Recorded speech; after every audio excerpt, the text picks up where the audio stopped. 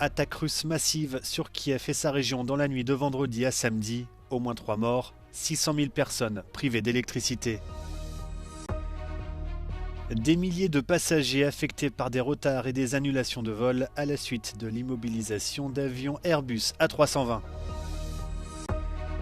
Inondations meurtrières en Indonésie, en Thaïlande et en Malaisie. Les derniers bilans font état d'au moins 360 morts.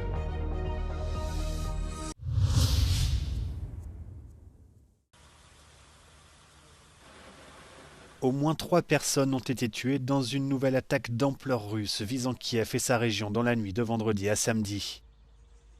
L'armée ukrainienne indique que 596 drones et 36 missiles ont été lancés. L'attaque a aussi fait des dizaines de blessés. Près de 600 000 habitants de la région se sont réveillés sans électricité. Le courant a progressivement été rétabli dans la journée pour une partie d'entre eux.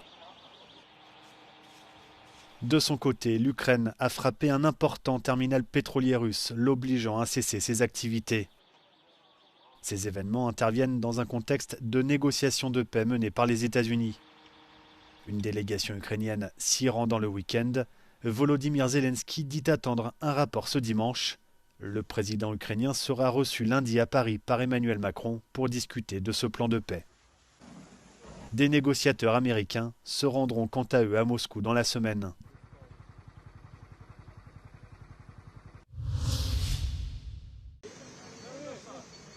La présidente du Parlement européen, Roberta Metsola, s'est rendue vendredi à Athènes pour inaugurer le European Experience Center, une initiative du Parlement visant à rapprocher l'Union européenne et ses institutions des citoyens.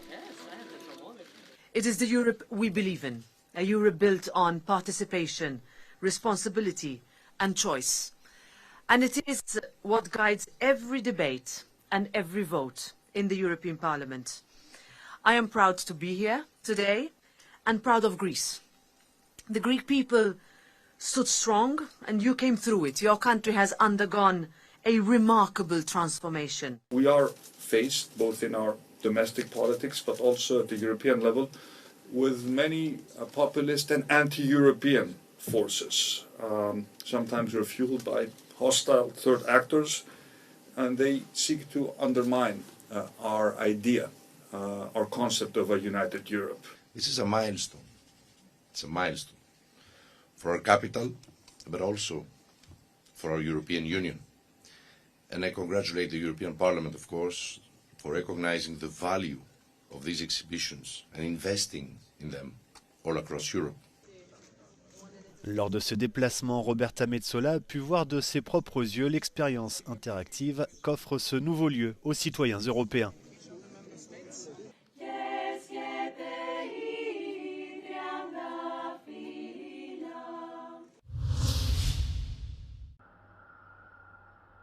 Des milliers de passagers dans le monde entier affectés par des retards et des annulations de vols à la suite de l'immobilisation d'avions Airbus. Environ 6000 appareils A320 sont concernés par un problème de logiciel. Une enquête sur un incident survenu au mois d'octobre a en effet révélé que les radiations solaires pouvaient interférer avec les commandes de vol de ces appareils. Si bon nombre d'avions ont déjà pu bénéficier de la mise à jour du logiciel concerné, certains plus anciens devront voir leur ordinateur de bord remplacé. Air France prévoit de son côté un retour à la normale dimanche, sauf pour les vols qui relient les destinations des Caraïbes entre elles, Guyane, Martinique, Guadeloupe, République dominicaine et Haïti.